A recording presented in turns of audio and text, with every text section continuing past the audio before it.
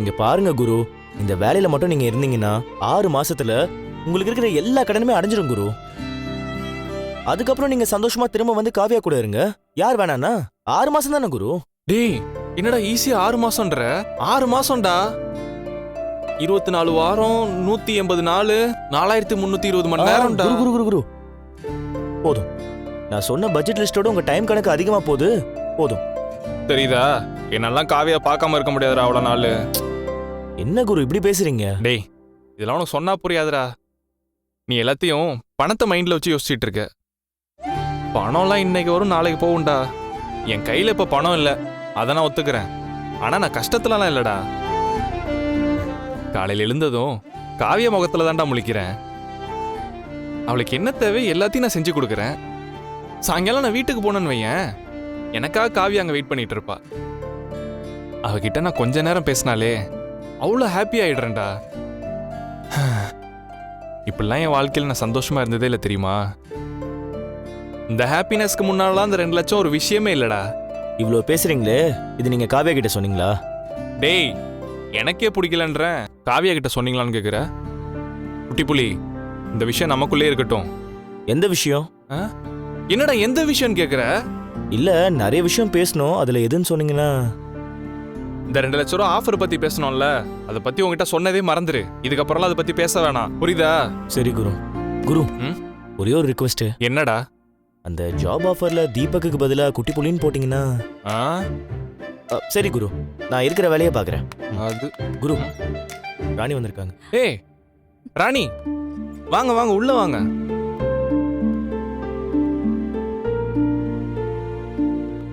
என்னாச்சு ராணி, ஏன் ஒரு மாதிரி இருக்கீங்க? ஒன்றும் இல்லை தீபக், அதெல்லாம் ஒன்றும் இல்லை. ராணி, மறுபடியும் காவியாக்கு எதுவும் பிரச்சனையா? இல்லை தீபக், அதெல்லாம் ஒன்றும் இல்லை.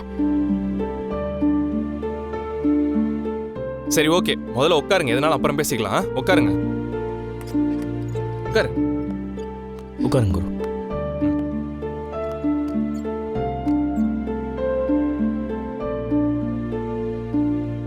என்னாச்சு ராணி, ஏன் டென்ஷனாவே இருக்க? காவியா என்கிட்ட பேச மாட்டேங்கிறா தீபக். காவியா உன் கூட பேசாம இருக்காளா? ஒரு சின்ன பிரச்சனை, அதுல சண்டை போட்டுட்டு என்கிட்ட பேச மாட்டேங்கிறா. ஆச்சரியமா இருக்கு. உங்களுக்குள்ள என்ன பிரச்சனை அப்படி? அது அது வந்து சும்மா சொல்லு ராணி. நான்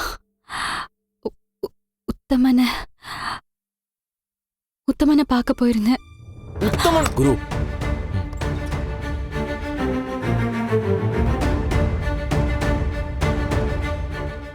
என்ன கேட்காம எப்படி போய் பேசலான்னு சண்டை போட்டுட்டு போயிட்டா தீபக். உனக்கு கொஞ்சமாச்சும் அறிவு இருக்கா ராணி?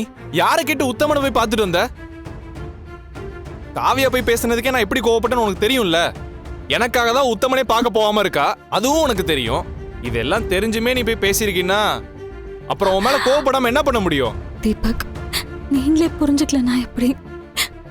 என் குடும்ப சூழ்நிலை அப்படி. என்னவா வேணா இருக்கட்டும் ராணி, நீ பண்ணது தப்புதான். இப்ப எனக்கே உன் மேல கோவப்பட்டு பேசக்கூடாதுன்னு தோணுது. தீபக், நீங்களும் இப்படி பேசினா எப்படி? நான் ஏன் இப்படி பண்ணேன்னு நீங்களாவது புரிஞ்சுக்கோங்க.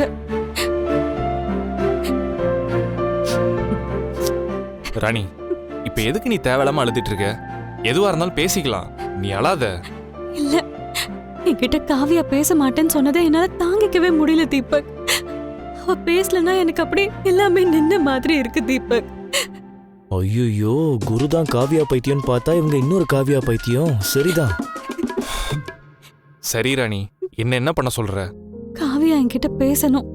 என்ன அவ திட்டட்டும், அடிக்கட்டும், என்ன வேணாலும் பண்ணட்டும். என்ன மன்னிக்க கூட தேவையில்ல தீபக். ஆனா நான் ஏன் இதை பண்ணேன்னு அவ ஒரு தடவையாவது கேட்கணும். ஷோ ராணி, காவியா எவ்வளவு பெரிய கோவக்காரி நான் சொல்லி உனக்கு தெரிய தேவையில்ல. தெரிஞ்சுமே நீ இவ்வளவு பெரிய தப்பு பண்ணிட்டு வந்திருக்க, அப்புறம் எப்படி நீ சொல்றத அவ கேட்பான்னு நினைக்கிற? நீங்க பேசினா கண்டிப்பா காவியா கேப்பா தீபக். நான் பேசினா கேட்பாளா? கேட்பாளா? ஆமா, நீங்க பேசுற விதத்துல பேசினா அவ கண்டிப்பா கேப்பா.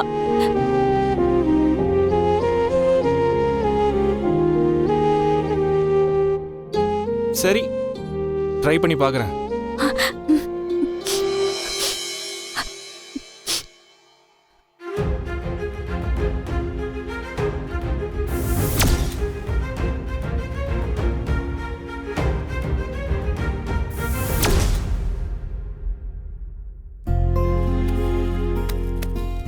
அம்மா எல்லாம் கரெக்டா இருக்கான்னு செக் பண்ணிக்கங்கம்மா. ஏன்பா இது வழக்கமா வர மளிகை சாமானே இல்லையே, ஏகப்பட்ட பொருள் அதிகமா இருக்கே. அம்மா அதை நீங்க உங்க புள்ளகிட்ட தாமா கேட்கணும். தம்பி எது கேட்டுச்சோ அதை மட்டும் தாமா எடுத்துட்டு வந்தேன். எதுக்கு இவ்ளோ ஆர்டர் பண்ணான்னு தெரியலையே. அண்ணா பரவாயில்லையே, அதுக்குள்ள டெலிவரி பண்ணிட்டீங்க. வாங்க தம்பி. சூப்பர்ண்ணா. சரி ஓகே தம்பி இதை வச்சுக்கோங்க. ரொம்ப தேங்க்ஸ்ப்பா. வரேன்ப்பா. ஆ டேய் என்ன நடக்குதுங்க? எதுக்கு இவ்ளோ மளிகை சாமான் எல்லாம், அதுவும் பாதாம் முந்திரி, எதுக்குடா இதெல்லாம்? மா ஃபர்ஸ்ட் நம்ம 3 பேர் இருந்தோம், இப்போ எக்ஸ்ட்ரா ஒரு ஆள் வந்திருக்காங்கல்ல, நம்ம ஃபேமிலி பெருசாயிடுச்சுமா. அது மட்டும் இல்ல, காவியாக்கு வேற உடம்பு சரியில்லைல்ல, அவன் நல்லா சாப்பிடணும், அதுக்கு தான். சும்மா பார்த்துக்கிட்டே இருக்காம எல்லாத்தையும் பத்திரமா எடுத்து வச்சிரு. நான் எடுத்துக்கிறேன். காவியா காவியா காவியா என்ன பண்ணிட்டு இருக்க? ஓ கவர் போடுறியா? இரு நானும் ஹெல்ப் பண்றேன். எங்கேயோ சோத்துக்கு இல்லாம கடந்தவளுக்கு முந்திரி பாதாம் கேக்குதா? எல்லாம் இவனை சொல்லணும். இது என் தலை எழுத்து.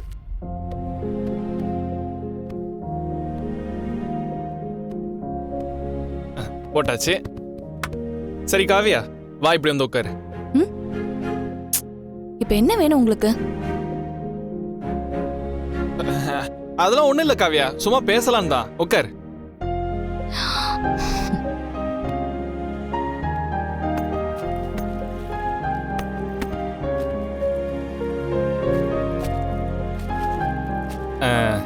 இந்த காவியா. இல்ல எனக்கு வேண்டாம். என்ன நீ எதை கொடுத்தாலும் வேணாம் வேணான்ற? இதெல்லாம் சாப்பிட்டா தானே ஹெல்த்தியாவ. சாப்பிடு. வேண்டாம். கையை நீட்டு. சாப்பிடு சாப்பிடு காவியா. நான் தான் வேண்டான்னு சொன்னேன்ல. ஆஹா, இப்படி சொன்னாலும் நீ கேட்க மாட்ட. ஆகாமி இப்போ சாப்பிடு.